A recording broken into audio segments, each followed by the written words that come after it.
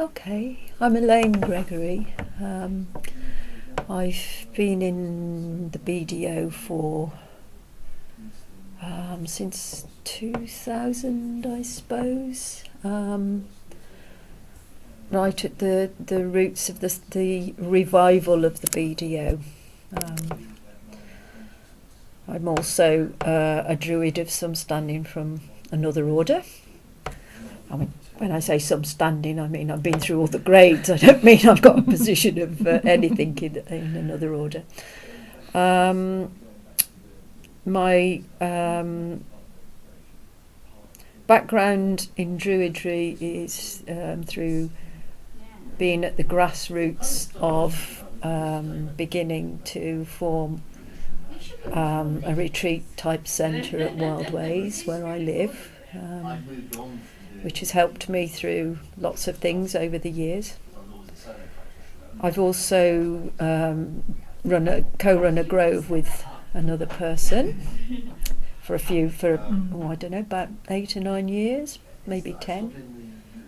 I've been let me try and be through this. As far as artwork is concerned, my training since I left work, I did a late degree in art and design, which took me into looking at the roots of things, the roots of actually the raw materials, and also spiritual roots, which I don't think my degree tutors were expecting when they allowed me to go to Australia and go and work with the Aborigines. But that taught me about pigments. So what was it that made you want to go to Australia? Because I wanted to go and see what the Aborigines were like. I wanted to go and see. I got when I went to Australia, I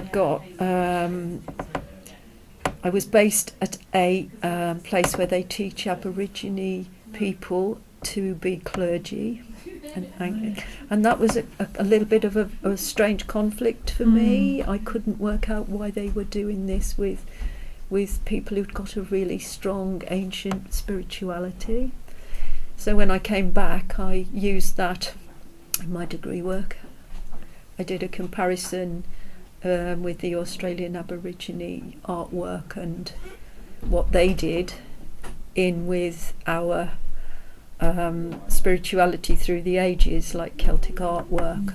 So do you see parallels between the Australian Dreamtime traditions kind of.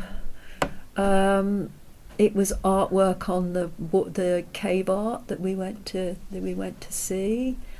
Which some of it is on my buildings, the buildings of Wild Ways, because we liked it so much. I wanted to put some on the walls. Yes, the deer, aren't there? And yeah, they're not native. They're not Australian, because I believe in finding our own spirituality, not in reproducing others. They're our brothers and sisters. They're not from the land that we live on. But it was interesting to look at the pigments and to look at how we use pigments. I still want to do more of that when I've got time, from getting wood in and cutting grass and tending trees and looking after sheep and all that sort of stuff that you get on an acreage of this size, which doesn't leave a lot of time. No. I'm a self-taught ceramic dabbler, which means I don't know all the full story of how to do 1 to 10. I know sort of now 1, 2, 3, 5, 6, and probably 9 in the steps to get me to do ceramic. But these are more self-taught. Because you find the clay here, don't you, at Wild Ways? Well, I have done in recent years. I did a journey with one of the women's groups that meet here sometimes, and somebody was running a journey, and I lost track of time like you do sometimes, and I thought, well, I don't know what I'm going to do with this journey, because I'm not really getting into it very easily. And then I sort of puddled about in the brook like I do sometimes, and I could see there was a seam of clay that was a bit different from the red clay, which I hadn't worked with the red clay either, but I thought, that's another clay. That's sort of pale blue in the bank. Why is there a pale blue seam in that corner of the brook? Nowhere else. So I dig some of it out, and I've still got a strange fossilised tree thing from there, which I don't know what it is, but and that fired a weird colour. It went sort of a khaki green when it was high fire. It wasn't very nice, but it's different. Yeah, because I find when I look at your ceramic work, it very much is sort of tied to the land here. And the way, because you use... most of it is commercial clay. Right, but even the way you, I think, does maybe the land sing through you as you're creating that what work? I'm doing now of latter years is trying to fire plants and then get them down to the ash and fire minerals and things, because they told us at college the potters were a bit purist, and they said anything in the clay will make it explode. So I never did anything like that until I did it myself and found things that I was interested in. Like if I make a hair figure, I might put hair in it, right, or deer hair in it, or I might put something else in it that will burn out and create a texture. But then that also, in a way, is putting the sort of spirit of the animal into that. Yeah, and also or bone ash, even if I've got about, people won't like that, but if it's bone ash that you've found the bones, it's not for me a problem. I also do goddess figures, which I've managed to make a mould for. Very difficult because I'm not a mould maker, and it's a really a big skill. So it's more problematic for me to get them out in a decent piece because I'm not a mould maker. But they have particular things put into them. The one I've got at the moment I'm working on is an Owen. Lady of the Owen, which she's got Owens for hair. Little sticks that somebody carved for me that I had a set of at one time that I made mould of, so I can make her. And sometimes they have minerals. If the shamanic lady has bone ash and all sorts of things related to shamanism baked into her. So that's the way one thread of my work goes. And if we do the body painting, which is a whole different thing, a photography project, that's really interesting because that brings about alchemical changes for the people who actually get painted, because that's why they come. Yes, you got, just thinking back to your ceramic work, it definitely does have that sort of shamanic spirit. But it does feel now. To it, that magic about it, and then that's moving on into the body painting, because that's on one hand sort of transfer, changing clay from just being the clay of the earth into... It's an alchemical process. Yeah, and then that moving into your body painting. Yeah. And people's perceptions of themselves alter they do. When they're being painted. Yeah, that's right. They do, as you know, because you do sometimes do that sort of thing yourself. But it's about giving those people that experience. I also like the photography angle because I can see things in photographs that, if I take them right, there's always something extra. Yeah. And if the ideal photo is if you can see that extra there, which actually isn't in front of the lens when you actually click the photo. There's something more. It's getting into that person's spirit, isn't it? It's not just the body painting for that, though. It's if you go out and photograph anybody can go out and photograph into the woods, and if they're in the right mode, or they move the camera in the right way, just at the right time, where you get the light angle, so anybody can do it if they look right, if they look down the lens and they're in the right frame of mind themselves. It's a tool. It is a magical tool. People often don't realise that it's a real magical tool, is the camera. Because when the photographs you've taken inside the roundhouse during rituals, and some of those have got odd things. They have, and you look at them and you think, well, yes, these are people drumming, what have you, and then you see sort of lights and colours around them, and the way the smoke from the central hearth is bends or marbles or something. But also there's the actual, I used to draw in watercolour pencil My Dreams, what came from them, and often you'd see extra things where the watercolour pencils overlap because they're a beautiful medium to work. They change colour where they overlap other colours. Yeah. And they come more vibrant and they change shape, and it's there's so much to artwork. It's a myriad of techniques and forms that you can do that will bring out your magical side and will bring out and make it live. It's these sort of little glimpses into the world, isn't it? I find something, I'll create something and I suddenly have to make that thing, and it's in my head and it's sort of in me, and I can't rest until I've done it. And then I do this thing that I've created, and afterwards, in sort of almost a state of exhaustion, I look at it and go, my God, I made that. Do you ever make little figures? I had a turn of making little figures where you just make them. You just let your fingers go with the clay, and suddenly you've got something that's a bit extraordinary, and you think, oh, I didn't expect the corn god, or I didn't expect the Dr. Price, with his big baggy trousers, the chap who did the cremations. So that's kind of an interesting angle. And I did make some twisted wool figures because I did a bit of textile as well. Yeah. So you get wire and you get wool, and you just wrap it round until you've got some strange little figure, and you can add and make them into little dolls or something. I find sometimes it's almost like when you meditate or you journey and you step out of yourself. Yeah. And I find sometimes when I'm creating, that has a similar sort of mindset. It does, sort of shift in consciousness. It's kind of a nice way to do it, where you're not sitting still trying to be. Yeah.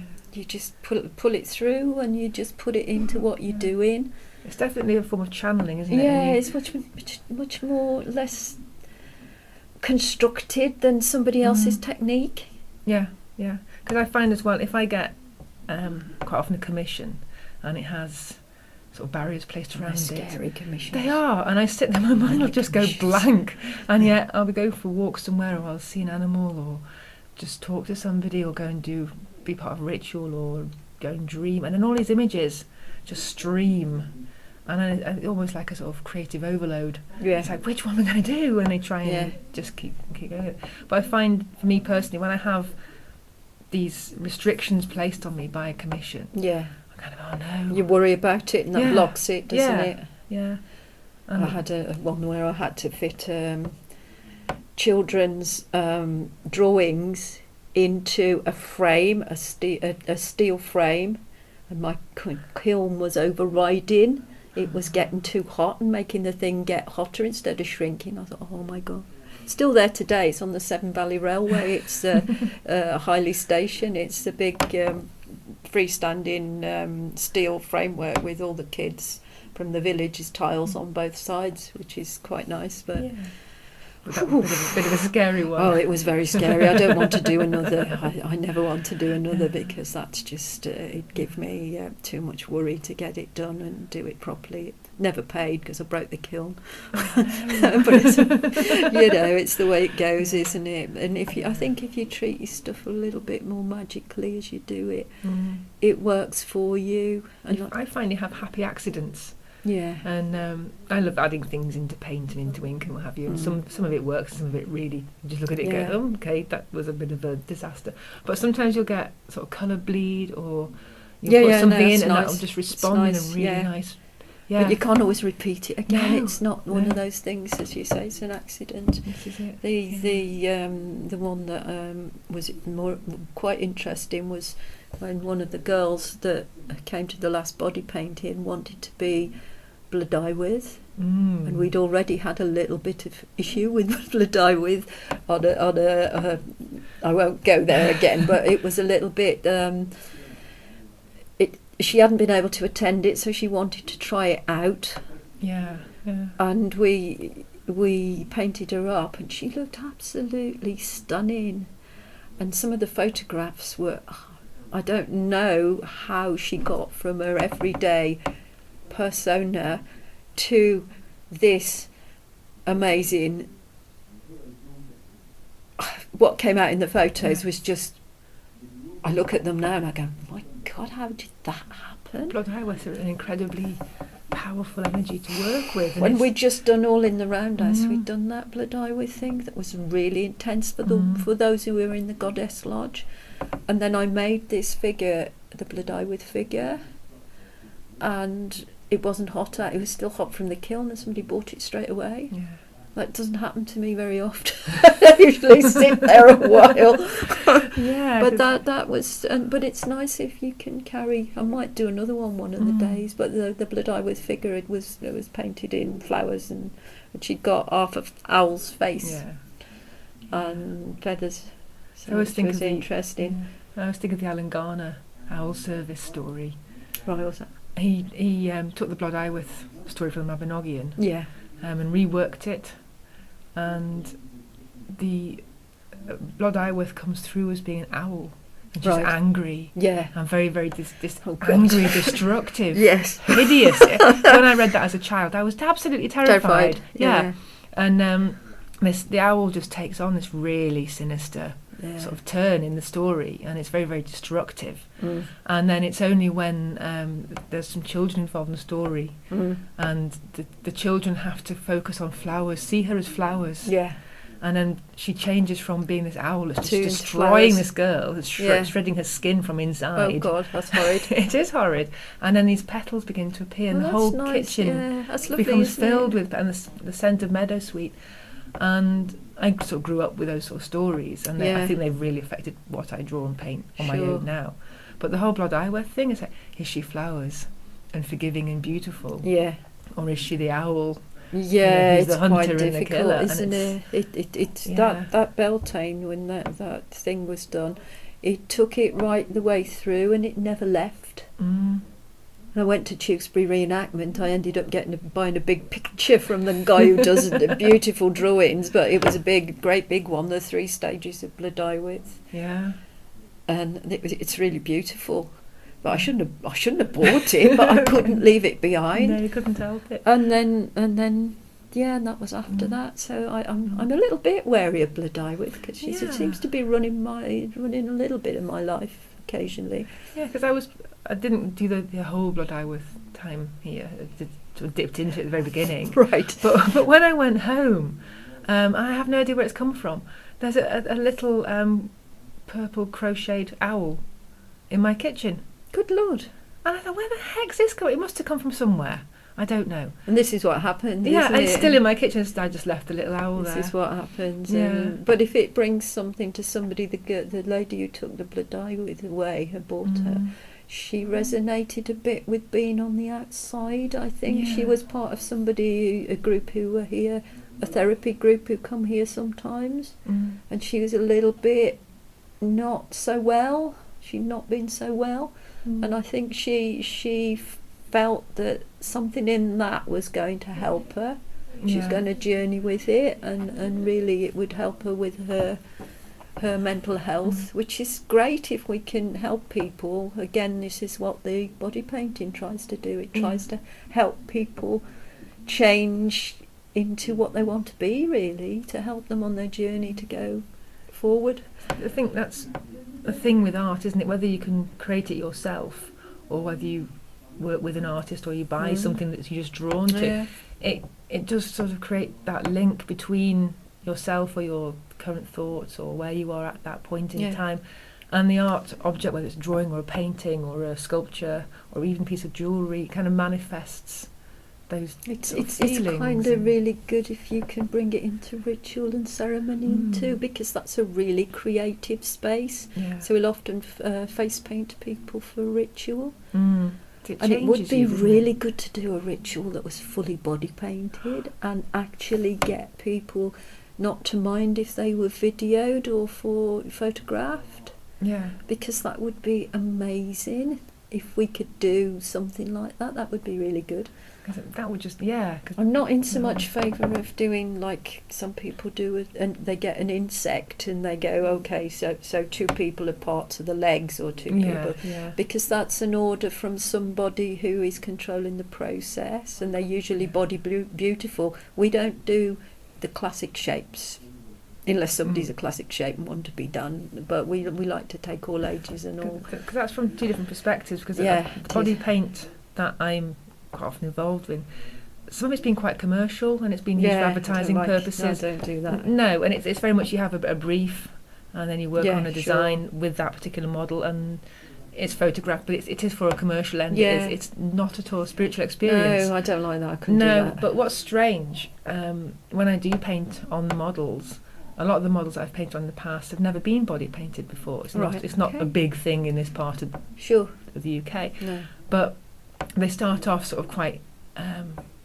they're not sure what to expect being actually painted on. Yeah. And then they tend to go into a sort of almost meditative state while you're painting on them, because it can take about 6 hours to do a full body paint. It's a really quite gruelling experience. It is for everybody. It is, yeah. But even though the sort of stuff that I've done at music festivals and for commercial things has just been very much that here's the brief and then you're going to work with that. Those people who've been painted, when I've glued horns and tails or flowers onto them, or I've painted, different shadows and shapes, and they do become different. They walk differently. Yeah. And we send them out, and they go out and be photographed or whatever, yeah. and they move differently. Well, they do. Yeah. It's strange, isn't it? So if they're in the right mode, and they've got in their head, or if we've made it right for them, then they do get something really profound out of it. But they have to be in the right mode and not be too rigid in their ordinary life to be able to move into that. It's that letting go, isn't it? 'Cause you do it in quite a shamanic way. With the journey before you paint. A little bit of sometimes the painters will do. We do a little ceremony before we start with a whole group, the painters and the photographers and everybody together, and then we do a little bit of invoking now. We didn't used to, but we do now to start them off, because they're more when they painted. This is when they're about to go out to be photographed, about to go into the woods. So interesting. It's really magical. Well, it's been really interesting talking to you about how you bring that Wild Way spirit into your artwork. Yeah. And I look forward to seeing more. Yay! Thank you very much, Elaine. That's all right, Fee.